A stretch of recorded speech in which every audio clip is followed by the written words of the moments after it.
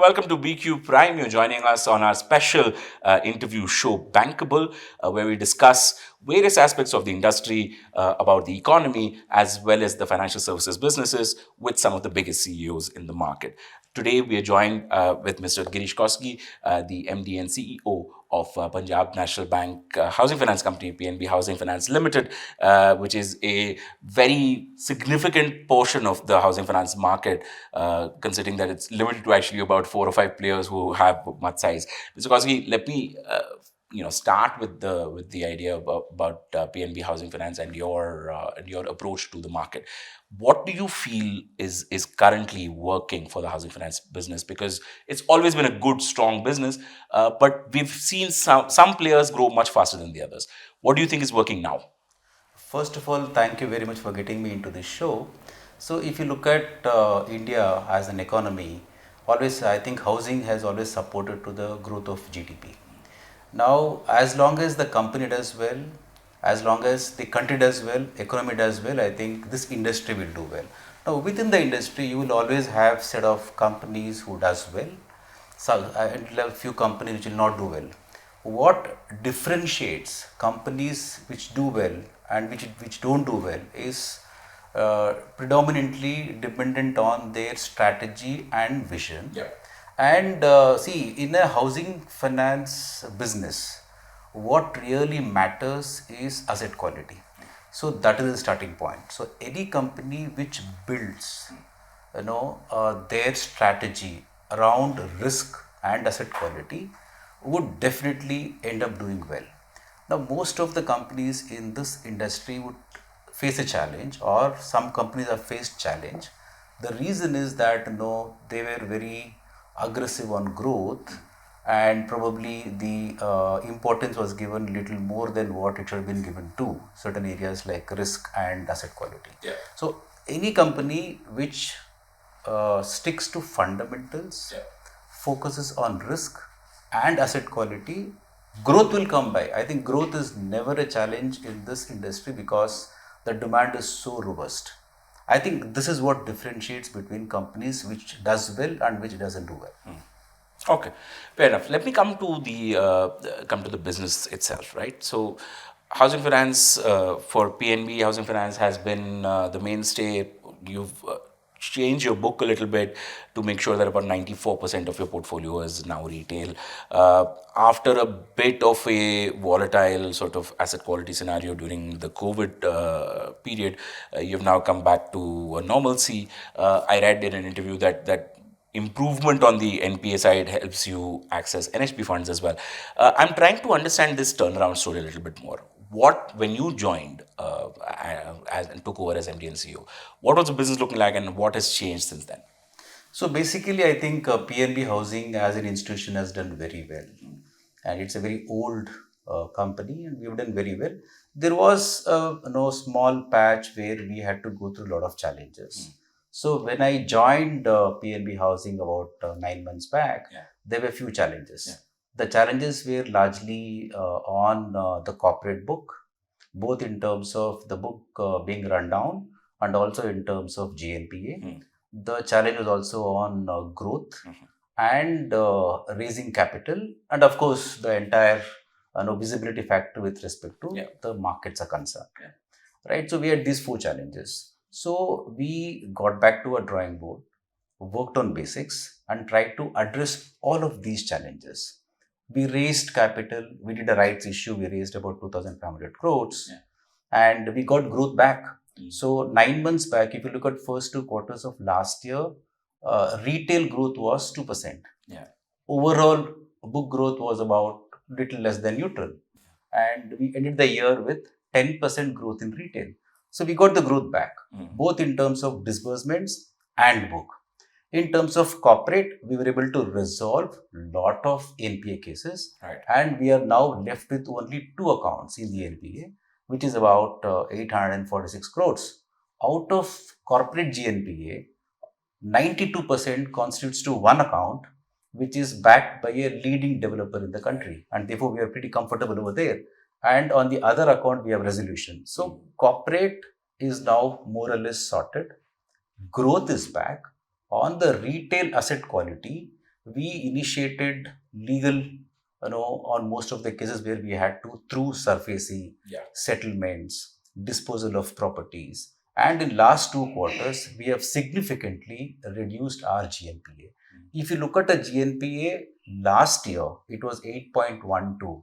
Right. And this year, it has dropped to 3.83. If you look at even retail GNPA, which was about 5.5%, now it is 2.57%. So it has been a good story in terms of growth, in terms of raising capital, in terms of GNPA as well. I think now the job is half done. Of course, we have a lot more to do in the next few quarters. I think this is what happened in the last few quarters. Coming to the retail portfolio now, you've mentioned that you want to get into housing, affordable housing in a big way. At this stage, it's a smaller portion of your portfolio, right? I want to understand the business of affordable housing in an environment where you have rising interest rate scenario, right?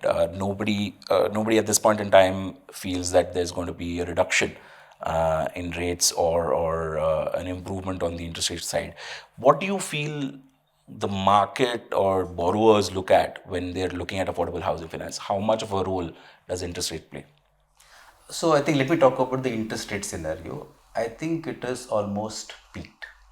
So there might be one more hike and then it will consolidate for next few quarters and then it might start dropping. So, even in spite of interest rates going up by more than 225 bips in last 5 to 6 quarters, if you look at the rates today, what it was prior to COVID, we are still on the lower side. So that's on the interest rate.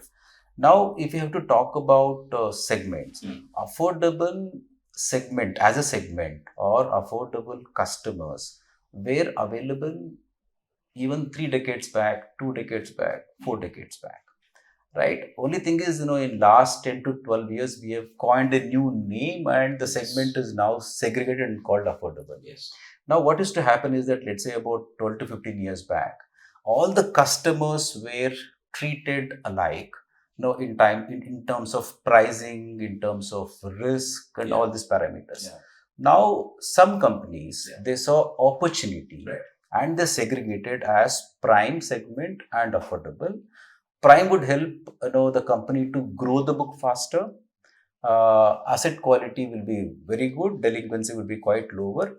Affordable segment would help us to make better profit. So, company would typically focus on prime and affordable to balance between growth and profitability. In terms of asset quality, not much of a difference. If you have to talk about market segment, there are 4 segments. The first segment is super prime, where typically all the banks, PSU and private, large housing finance companies, they would focus on this segment. The super prime. Super prime. And the next segment is prime. So this is basically, Cat 2 customers, Cat 2 developer projects. This is prime segment. Now, these two would constitute prime, within prime, super prime, and then prime. The third segment is affordable but income based. Now, these are typically, on the salaried side, employed with state government, central government, earning a salary of about, let's say, 40 to 50,000 per month. On the self-employed side, declaring income close to 3 to 4 lakhs per annum. Now, this is affordable income side.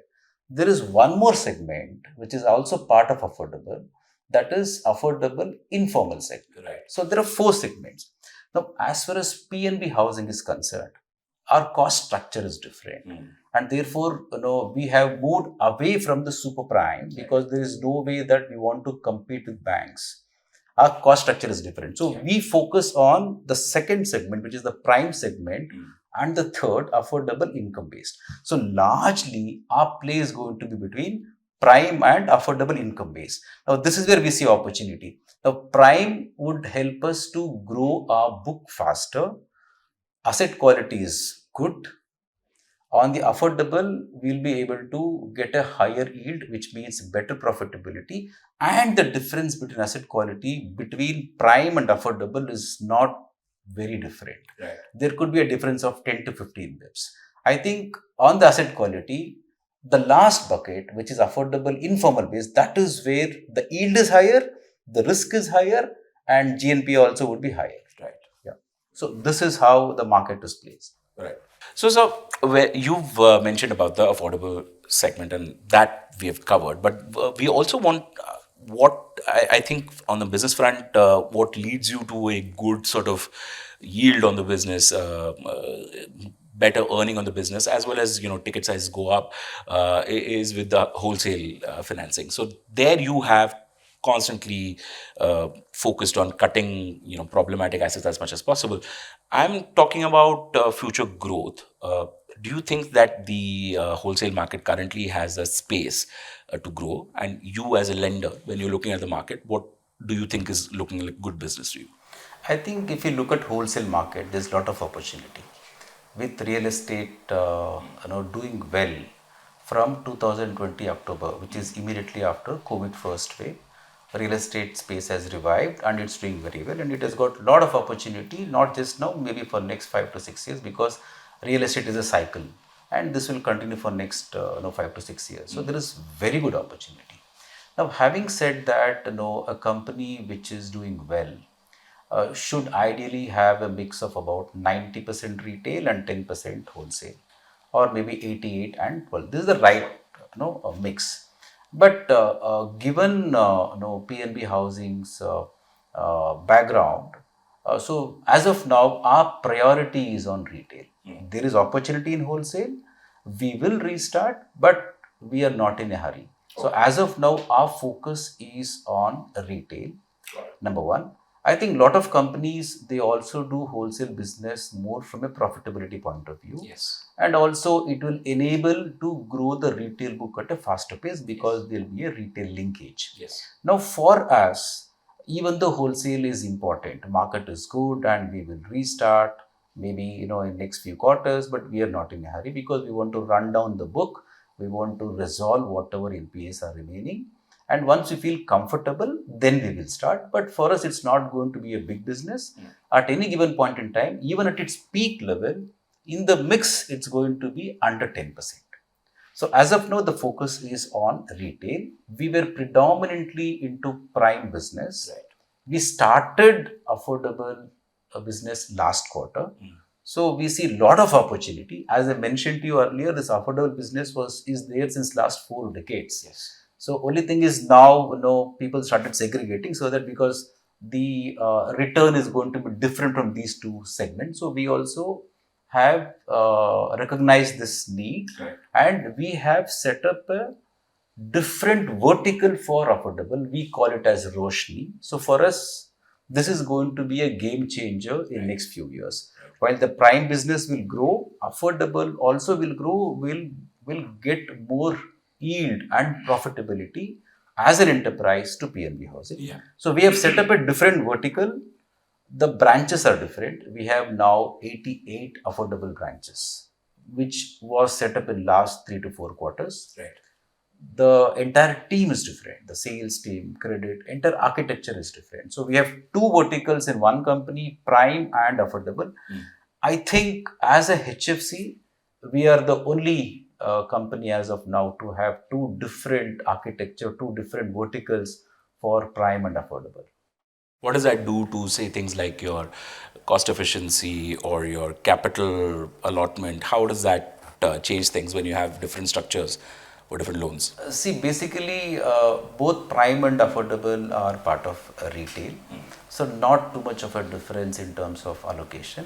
What it helps the company is that prime would help us to grow the book faster. Yes. Because of the sheer ticket size. Correct. On the prime side, the ticket size is going to be about 27-28 lakhs.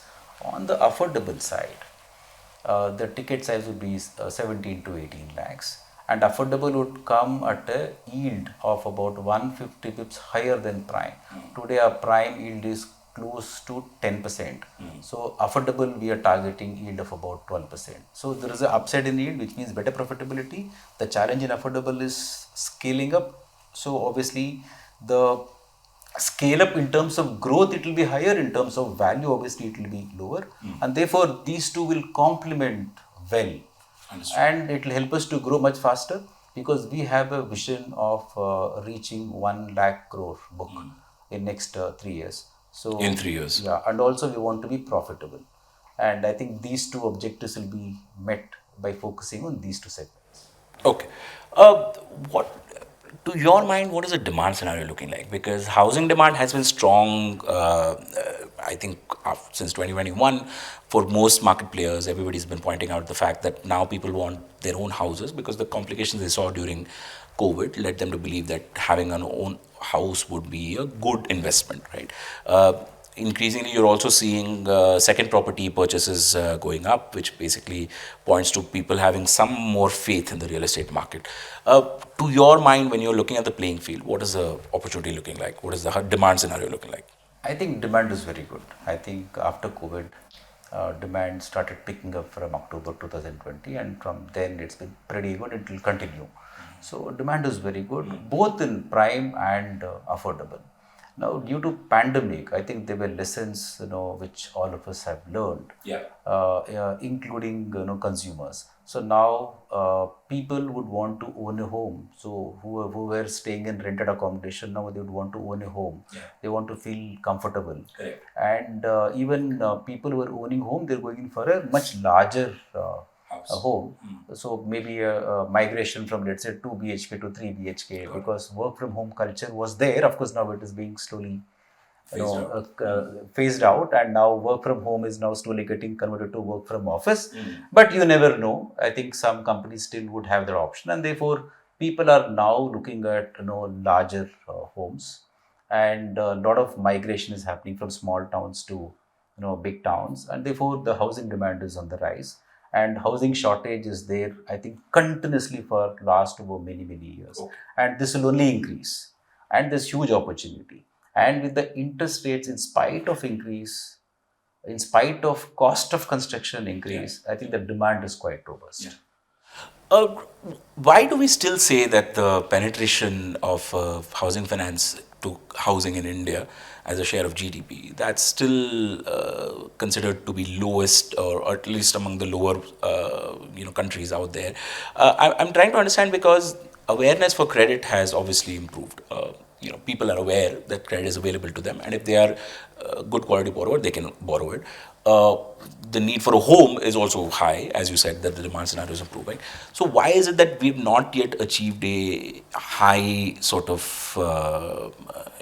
penetration rate as far as housing finance is concerned? So if you look at India, today the penetration is about 11%, Correct. right? Now, which is one of the lowest, in the world.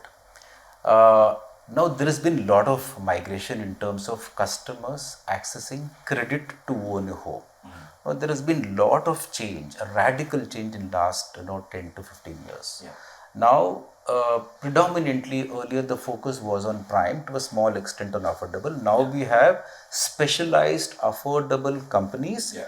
Or we have within an organization a different vertical focusing on affordable. This is the change what we have seen. Now what will happen is, from affordable, the next change is we are going to see focusing on rural as a segment.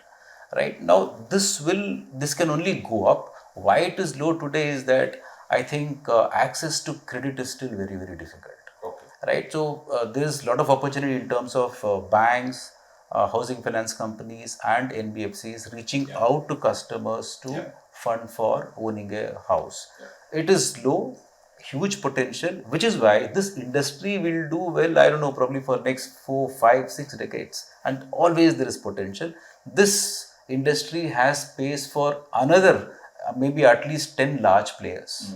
But yes, it's also required to innovate, get deeper into small towns, tier 3, tier 4, and maybe next 2 or 3 levels, and start looking at small properties, profiles which would who would generally find it difficult to have access to credit. We should look at those profiles. Of course, the risk is there. We need to cover the risk because the yields are going to be higher. So I think we are in the transformation state. Maybe 10 decades, let's say 10 years from now, 15 years from now, we'll be in a far better position, and this mortgage penetration will keep increasing. Okay. Coming to the competitive landscape, right? You've got banks really pushing it, but even though you said that banks, the focus is on the super prime, and you're not intending to compete with them in that space. But what is it being in a market where there's a banking sector which is actively chasing the same customer base? You've got other housing finance companies. NBFCs have their own housing finance departments. Got fintechs now sort of starting to build housing finance as an option. What is this competitive landscape looking like to you as somebody who's a sizable player? See, if you ask me honestly, market is so large that there's no competition. To be very honest with you, and today, if you look at any bank, being the largest bank, be it a private bank, PSU bank, all the banks would focus on super prime, prime, and also affordable. The mix is different. That's all. So, for example, for PNB, our focus on prime business is going to be more on prime segment to a little extent on the affordable, and our affordable segment Roshni would focus more on affordable to a small extent of prime. So, any bank would focus on 2 or 3 buckets. Only the mix is different. Let's say a large bank would focus 60% of their mix would be from super prime, maybe 30% from prime, and 10% from affordable. So it depends on, because there is opportunity of prime business and affordable business even in metros, large cities, and small towns as well. Right now, if we have to talk about competition, there is an overlap. The market is so big. Any bank or an institution which is willing to invest in technology, willing to invest in digital sourcing, willing to extend their branches to small towns. The minute you go to small towns, tier 2, 3, and 4, you will see less competition. The minute you want to focus, let's say, on top 25, 30 cities, obviously you will have fierce competition. So I think that's how it is. If you look at the overall market, I think there is competition, healthy competition. The demand is so large. I think all the banks, all the NBFCs, HFCs can do well if they focus on basics. I think in terms of demand, there is no dirt for demand at all. Okay. Uh, One large player is now going to go out of the HFC market, at least. I mean, housing finance is obviously going to continue as this player merges with their group bank, right? But in terms of the other space that they will vacate, which is maybe on the borrowing side of the market, that will give you more space to start accessing more investors. There's also a level of, okay, that's a bank and this is one of the 20 businesses that they do, versus you who are a monoline player focused only on housing finance. What opens up for you as a business? I think definitely on the liabilities side, there might be a little bit of ease out, especially on the bank borrowings and NCD, NCB, right? And on the asset side, as I mentioned, the demand is so huge; it's a large market. Today, any company can grow the way they want to grow, depending on the industry growth rate. Today, if you look at the industry growth rate, it's about 12%, and this will continue for next few years. Any company which wants to grow, let's say 40%, 50% higher than the industry growth, that opportunity is available even today. I think with the largest HFC getting merged with the bank, there'll be some bit of opportunity on the wholesale side and also on the liability side. On the asset sides, as I mentioned, I don't see, because the market is so large, and I don't think so. No, it would have any, because already there's a positive advantage which is available to all the players. So nothing much probably on the asset side. Definitely is on the liability and the wholesale side. You're one of the three maybe big housing finance companies associated with a public sector bank. I'm just curious to understand what does a promoter as a public sector bank entail? What does that do for your business? I think we have best of both worlds. So we have PNB, as the promoter. So I think that brings in a lot of advantage to an entity like PNB Housing. On the other side, we have large, private investors. So I think it's a mix of both. Right. It will help the company to grow at a much faster pace. having best of both the worlds. So I think it'll definitely help vis-a-vis compared to probably a company which has just one of these two. We have both. You had a rights issue some time back. You're looking to raise more money through NCDs. I'm curious to understand, do you think that there is need to raise more equity capital in the form of, say, confidence capital, so that more people will look at it and say, okay, this is a business worth being in? I think if you look at last 8 months, I think it's been a clear turnaround Yeah. of PNB Housing, whether it is in terms of growth, whether in terms of portfolio quality, whether in terms of resolution on the corporate book or access to capital market. I think all of those things are now done. So now we need to ensure that we sustain this, Yeah. keep the growth momentum, and still keep working on the asset quality, because even today, whether it is corporate or retail, in terms of percentage, we are still not the best. Right. I think we have a lot of opportunity, which with the entire landscape on growth, asset quality will change in next few quarters. So obviously, I don't think so anything more will be required for us to do in terms of creating confidence. Right. I think that's done. Right. Now it is more of work to be done within, so that we get back to a level on asset quality which is comparable with the industry. Got it. Today we aren't. Right, but we have a very clear roadmap. I think in next few quarters we will be comparable with some of the best companies in the industry. With respect to capital, I think the capital what we raised was for growth, because we want to grow. We want to grow a book to over 1 lakh crore in next 3 years. I think that is clearly for growth. We don't see any need to raise capital for next few years. Okay, fair enough. I want to take the last question as a sort of a sum up of an idea. I started with the first question on what is working for the housing finance market.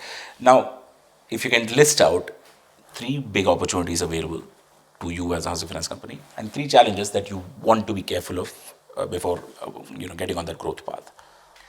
I think let me first talk about challenges. Sure. I think challenges what PNB Housing would face in future is something which is true for the entire industry if it happens. Let's say, for example, let's say touch wood, I think nothing should happen, but let's say one more pandemic. That's one. Or if there is something which impacts the entire industry.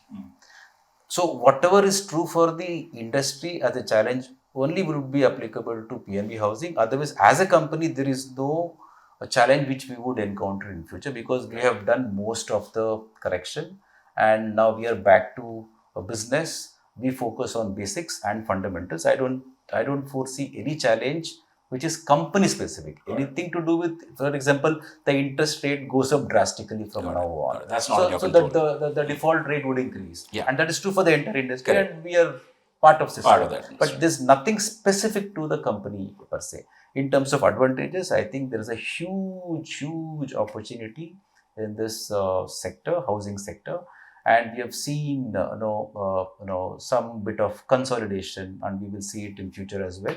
So that will probably give opportunity for companies which want to really grow big and be one of the best managed. I think there we see a lot of opportunity, and that is where we've started affordable now. Our focus will be both on prime and affordable in retail and corporate. As I mentioned, not in a hurry. We will restart, but in a totally different format. We will be pick and choosy on developers, pick and choosy on locations, small ticket, only construction finance with retail linkage.